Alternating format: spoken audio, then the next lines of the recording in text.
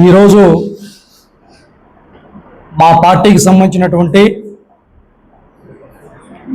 BC విభాగం రాష్ట్ర స్థాయి జిల్లా స్థాయి నాయకులమందరం కూడా సమావేశం కావడం జరిగింది. ముఖ్యంగా మా అందరి యొక్క ఆవేదన, మా అందరి యొక్క ఆలోచన ఈ రాష్ట్రంలో వెనుకబడినటువంటి వర్గాలపైన అయితేనేమి, మహిళలపైన అయితేనేమి, సామాన్యమైనటువంటి వ్యక్తుల మీద అయితేనేమి పెద్ద ఎత్తున ఈ 2 సంవత్సరాలుగా అడుగడుగున దాడులు, దౌర్జన్యాలు, కేసులు, అరెస్టులు ఇవి మాత్రమే కాకుండా చివరికి ఇవాళ సామాన్యమైనటువంటి రైతులకు సంబంధించినటువంటి వ్యవసాయ భూముల్లోకి చొరబడి ఆ భూముల్ని కూడా లాక్కునేటటువంటి పరిస్థితులు అవి సరిపోవటం లేదు. మహిళలనైతే నడి రోడ్డు పైన వివస్త్రలను చేస్తున్నారు. మరి ఈ కళ్ళతో ఈ రాష్ట్రంలో ఇంకా ఎన్ని ఘోరాలు చూడాలో, ఎన్ని అన్యాయాలు చూడాలో అర్థం కాని దీన స్థితిలో ఈ రాష్ట్రంలో ఉన్నటువంటి బడుగు బలహీన వర్గాల పరిస్థితి దిగజారిపోతుంది అనేసి ఈ సందర్భంగా గట్టిగా అయితే చెప్తా ఉన్నాం. మరి మచ్చుకు కొన్ని ఉదాహరణలు తీసుకుంటే ఈ జిల్లాలో విడుపునకలకు సంబంధించినటువంటి గోవిందన్ ఇక్కడే ఉన్నాడు. ఆయన ప్రస్తుతం మా పార్టీకి సంబంధించినటువంటి బీసీ విభాగంలో జిల్లా కార్యదర్శి, సుదీర్ఘంగా రాజకీయాల్లో కూడా ఉన్నటువంటి వ్యక్తి. వారి కుటుంబానికి సంబంధించి దాదాపు 2023లో 21 ఎకరాలు భూమి కొనుక్కొని వాళ్ళ అల్లుడు గారు వ్యవసాయం కోసం కష్టపడి దాదాపు 5 బోర్లు వేస్తే అందులో 3 బోర్లలో పుష్కలంగా నీళ్లు పడ్డాయి. ఏదో కష్టపడినందుకు ఫలితం దక్కుతుందేమో అనే ఒక ఆశతో, ఒక సంతోషంతో ఆ భూమిలో వ్యవసాయం చేసుకుంటుండగా ఈ టీడీపీకి సంబంధించినటువంటి వ్యక్తులు ఆ భూముల్లోకి చొరబడి అక్కడ పుష్కలంగా నీళ్లు వస్తున్నటువంటి బోర్లని ధ్వంసం చేశారు.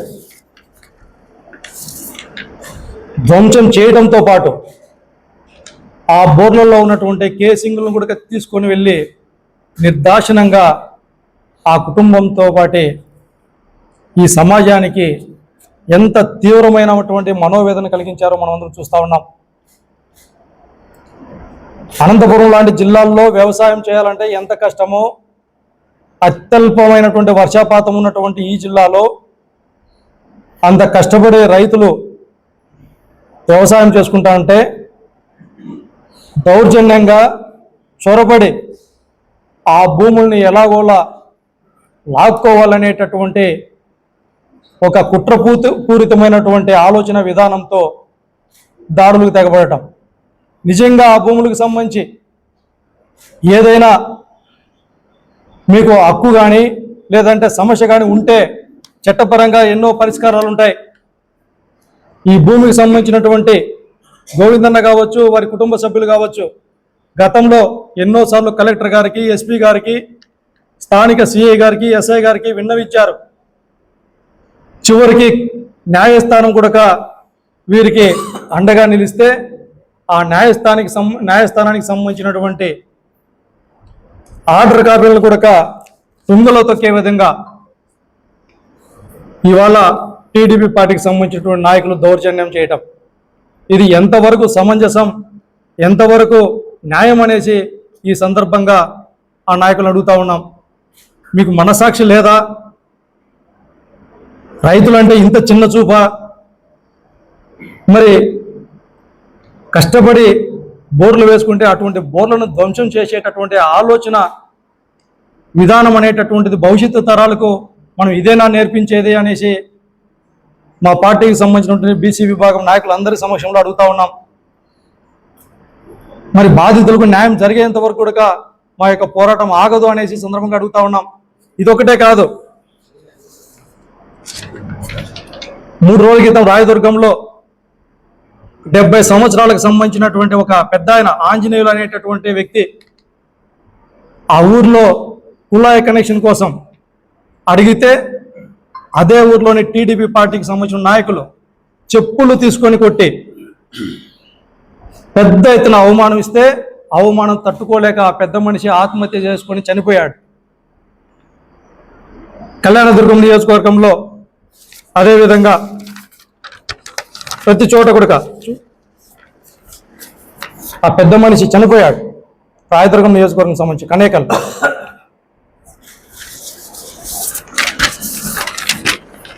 ఎంతటి అన్యాయం చూస్తున్నారు చూడండి. ఇదే విధంగా కళ్యాణదుర్గం నియోజకవర్గం తూముకుంట గ్రామానికి సంబంధించి జగదీష్ ఆయన భార్య రోజా గారి పైన అదే కళ్యాణదుర్గం నియోజకవర్గం చంద్రకళ అనేటటువంటి మహిళ ఆత్మహత్య చేసుకొని 6 నెలలు హాస్పిటల్లో ఉండి కేవలం గత వారంలో చనిపోయింది. రాత్తాడు నియోజకవర్గంలో అంకే నాగేంద్ర, అదేవిధంగా అంకే నగేష్, సోషల్ మీడియా యాక్టివిస్ట్, అదేవిధంగా శ్రీకాంత్ కావచ్చు. ఇదే గుంతకల్ నియోజకవర్గంలో ఎమ్మెల్యే సోదరుడు డ్రైవర్ అబ్బాస్ అనేటటువంటి వ్యక్తి 10 మందితో వెళ్ళి మైనార్టీ వ్యక్తులపైన రహమతుల్లా, కరీమున్నా, భాష వీళ్ళందరిపైన నిర్దాక్షిణ్యంగా దాడులు. మొన్న చూశాం గుంటూరు నగరంలో 21వ డివిజన్లో మా బీసీకి సంబంధించిన మహిళని వివస్త్రణ చేసి టీడీపీ పార్టీకి సంబంధించిన నాయకులు నడి రోడ్డు పైన 9 మంది కలిసి వివస్త్రణ చేసి కాళ్లతో తంతు మహిళా లోకానికి అంతా ఎంత గుణపాఠం చెప్పారో. ఈ రాష్ట్రంలో మహిళలు బతకడానికే వీలు లేదు అనేటటువంటి పరిస్థితులు కల్పించినటువంటి ఘటన అది. మహిళలకు రక్షణ లేదు, బీసీలకు భద్రత లేదు. స్వయాన ఈ రాష్ట్ర ముఖ్యమంత్రి చంద్రబాబు నాయుడు గారి నియోజకవర్గంలో కుప్పంలో శాంతిపురంలో ఒక మహిళను చెట్టుకు కట్టేసి కొట్టడం. అదేవిధంగా కృష్ణా జిల్లాలో రజక సోదరులపైన దాదాపు 19 మంది రజక సోదరులపైన ఒక జాతర జరిగితే ఆ జాతరలో రజక సోదరులందరిపైన దాడులు. ఈ జిల్లాలో కురుబ సోదరులపైన, వాల్మీకి సోదరులపైన, రజక సోదరులపైన, వడ్డెర సోదరులపైన, గౌడ సోదరులపైన ఇలా బీసీ సోదరులపైన దాడులు జరుగుతున్నాయంటే, వారి భూములపైన కూడా దౌర్జన్యాలు చేస్తున్నారంటే మాకు అర్థమైంది ఏంటి? ఏదైనా ఒక కుటుంబంలో ఒక వ్యక్తి తప్పు చేస్తే ఆ కుటుంబ పెద్దకే అది ఆపాదిస్తారా లేదా?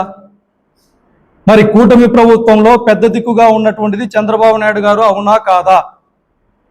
మరి కూటమి ప్రభుత్వానికి సంబంధించినటువంటి మంత్రులు కావచ్చు, ఎమ్మెల్యేలు కావచ్చు, లేకపోతే ఆ పార్టీకి సంబంధించినటువంటి నాయకులు ఎవరైనా కార్యకర్తలు కానీ తప్పు చేస్తే, దౌర్జన్యాలు చేస్తే, దాడులు చేస్తే దానికి బాధ్యత ఆ కూటమి ప్రభుత్వానికి సంబంధించినటువంటి పెద్ద మనిషి చంద్రబాబు నాయుడు గారిది, అవునా కాదా? మరి ఈ 2 సంవత్సరాలుగా వైఎస్ఆర్ కాంగ్రెస్ పార్టీ తరఫున జరుగుతున్నటువంటి దౌర్జన్యాల పైన, జరుగుతున్నటువంటి దమనకాండ పైన మేము పలు విధాలుగా, పలు రకాలుగా చెబుతున్నప్పటికీ సమస్యలకు పరిష్కారం కాకపోగా మరింత రెట్టింపు దాడులు జరుగుతున్నాయంటే దానికి ఏమని మీరు సంకేతాలు ఇస్తున్నారంటే అర్థం కాలేని పరిస్థితి. ఒకటి, మీకు మీ పార్టీ నాయకుల పట్ల లేకపోతే మీకు ఏదైనా చిత్తశుద్ధి ఉందో లేదో తెలియదు, కానీ మీకు నియంత్రణ లేకపోయి ఉండాలా మీ పార్టీ నాయకుల పట్ల. లేదు, ఈ రాష్ట్రంలో ఉన్నటువంటి బలహీన వర్గాలు కావచ్చు, మహిళలు కావచ్చు, ఆర్థికంగా, రాజకీయంగా, సామాజికంగా అణిచివేసి ఎల్లకాలం మీ చెప్పు చేతుల్లోనే పెట్టుకోవాలి, స్వార్థపూరితమైనటువంటి రాజకీయాల కోసం బలి చేయాలి అనేటటువంటి మీ యొక్క కుట్రపూరితమైనటువంటి ఆలోచన విధానమైన ఉండాలి. కేవలం ఈ 2. ఒకటి, మీ పార్టీ నాయకుల పట్ల మీకు కంట్రోల్ లేకుండా ఉండటము, లేకపోతే మా పైన ఎల్లకాలం పెత్తనం చెలాయించి రాజకీయ పబ్బం గడుపుకోవటం.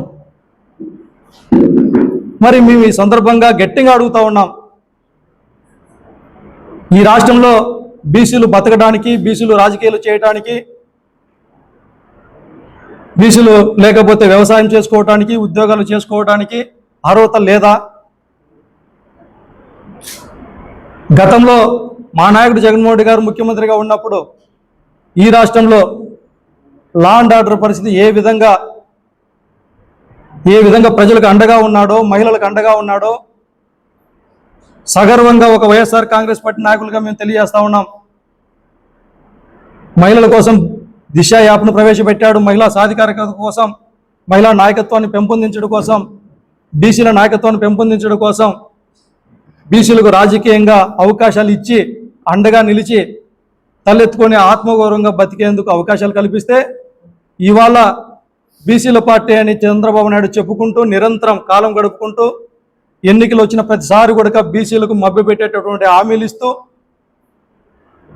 ఎన్నికలు గడిచిన తర్వాత ఈ రాష్ట్రంలో బీసీలు ముందుకు పోవటానికి, బతకడానికి వీలు లేకుండా కుట్రపూరితమైనటువంటి ఆలోచన విధానాన్ని ఈ రాష్ట్రంలో కొనసాగిస్తూ ఉన్నారు. అందుకే చంద్రబాబు నాయుడు గారికి మరొకసారి కూడా సూటిగా తెలియజేస్తా ఉన్నాం, మీకు ప్రజలు అధికారం ఇచ్చింది ప్రజలకు మంచి చేయడానికి, ప్రజలకు భద్రత కల్పించడానికి, ప్రజలకు రక్షణ కల్పించడానికే తప్పనిచ్చి ఈ విధంగా ప్రతినిత్యం ప్రతిరోజు మా బీసీ సోదరులపైన, వాళ్ళ భూములపైన, లేదంటే వాళ్ళ మాన ప్రాణాలపైన మీ దౌర్జన్యాలను, మీ అధికారాన్ని చూపించడానికి కాదు అనేసి చంద్రబాబు నాయుడు గారికి గట్టిగా చెప్తా ఉన్నాం. ఇదే విధమైనటువంటి పరిస్థితులు కొనసాగితే ఈ రాష్ట్రంలో వైఎస్ఆర్ కాంగ్రెస్ పార్టీ బాధితుల పక్షాన, బీసీల పక్షాన, రైతుల పక్షాన, మహిళల పక్షాన, నిరుద్యోగుల పక్షాన, ప్రతి ఒక్కరి పక్షాన కూడా పెద్ద ఎత్తున ఆందోళనకు శ్రీకారం చుట్టబోతున్నామనేసి ఈ సందర్భంగా గట్టిగా తెలియజేస్తూ, ఇప్పటికైనా ఏదైతే భూముల్లోకి చొరబడినటువంటి వ్యక్తులపైన చట్టపరంగా చర్యలు తీసుకోవాలా, ఎన్నోసార్లు ఇప్పటికే మా పార్టీలకు సంబంధించినటువంటి సమన్వయకర్తలు అయితేనేమి, జిల్లా ప్రతి ఒక్కరు కూడా ఎస్పీ గారితో మాట్లాడారు, కలెక్టర్ గారితో మాట్లాడారు. స్వయంగా న్యాయస్థానాలు కూడా చెప్పినా కూడా మీరు పట్టించుకోలేదంటే కేవలం అధికారం ఉంది అనేటటువంటి అహంకారమే తప్పనిచ్చి మరొకటి కాదు అనేసి సందర్భంగా తెలియజేస్తా ఉన్నాం. కాబట్టి ఇప్పటికైనా బాధితుల పక్షాన అధికారులు నిలబడి సత్వరమే రైతులకు న్యాయంగా వారి భూములను ఏ విధంగా అయితే చట్టపరంగా ఉంటాయో ఆ విధంగా వారికి సంక్రమించేటటువంటి విధంగా చేయాలి. లేకపోతే స్వయంగా భూముల దగ్గరికి వైఎస్ఆర్ కాంగ్రెస్ పార్టీ నాయకులతో సహా అందరం కలిసి వెళ్ళి బాధితుల పక్షాన నిలబడతామనేసి ఈ సందర్భంగా గట్టిగా తెలియజేస్తా ఉన్నాం. మీడియా వారందరికీ నమస్కారం. ఈరోజు కూటమి ప్రభుత్వము బీసీల పార్టీ అని గొప్పగా చెప్పుకుంటుంది. కానీ కూటమి ప్రభుత్వం వచ్చిన తర్వాత బీసీ, ఎస్సీ, ఎస్టీ మైనార్టీలపైనే హత్యలు, అత్యాచారాలు ఎక్కువగా జరుగుతున్నాయి.